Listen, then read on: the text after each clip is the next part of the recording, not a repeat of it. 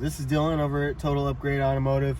I'm going to show you the things to remember with this device and how to use it. Don't eat or drink anything that could skew it as alcohol, like breath mints, gum, mouthwash, any of that stuff. Don't do that stuff. The other things are, it's going to ask you for 3 tests before you start the car, after 5 to 7 minutes, and then again at around 30 minutes. Usually you don't have to do any more samples. If you're concerned about taking the test while you're driving the vehicle, it will give you enough time to take a test, to pull over and take your test comfortably, so that way you're not stressed out. You will get used to it after some time taking the test, but for the time being, practice before you start the car a few different times until you feel comfortable. When you're actually taking the test, it's going to want 4 breaths, like beeps breaths, which you'll hear in the video. Out, then inhale, then exhale. So inhale for 1 beep, exhale for until the device buzzes. It'll buzz at you.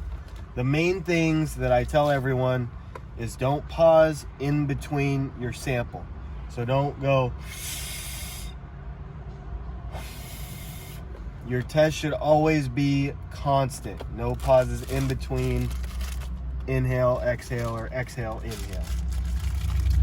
The other things to remember is they obviously want your samples. So bring it in every 2 months to do they call it a recalibration. This company that does it is Intoxalock.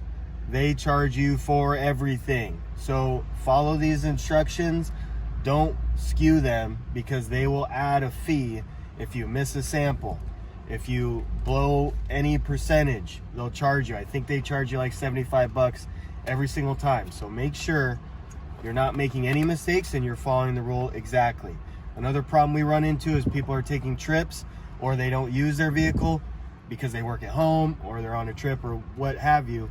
Make sure you're starting this every day, or if you can't, teach somebody else, show them this video and teach them how to use it.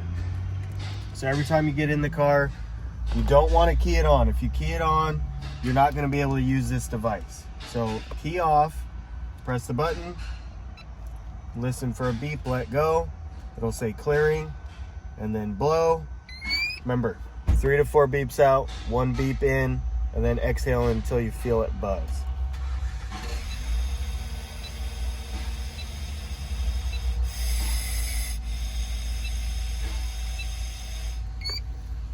And then I almost ran out of breath. So if you're gonna run out of breath, it is okay to continue to inhale and exhale.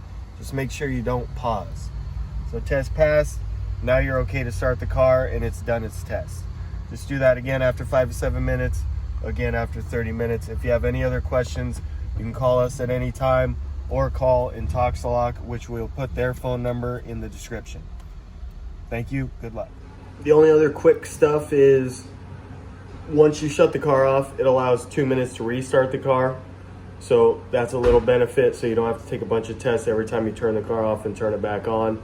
Make sure to not leave the car unattended when you're warming it up for too long in the morning, because that'll cause problems as well.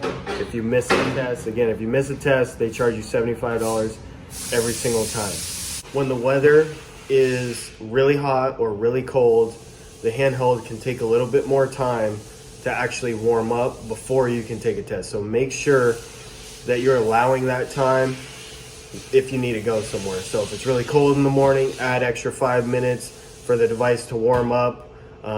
You might keep it inside, but they tell you not to unplug it. So don't unplug it, just put it in a cool place in the vehicle, so that way it doesn't get too cold or too hot.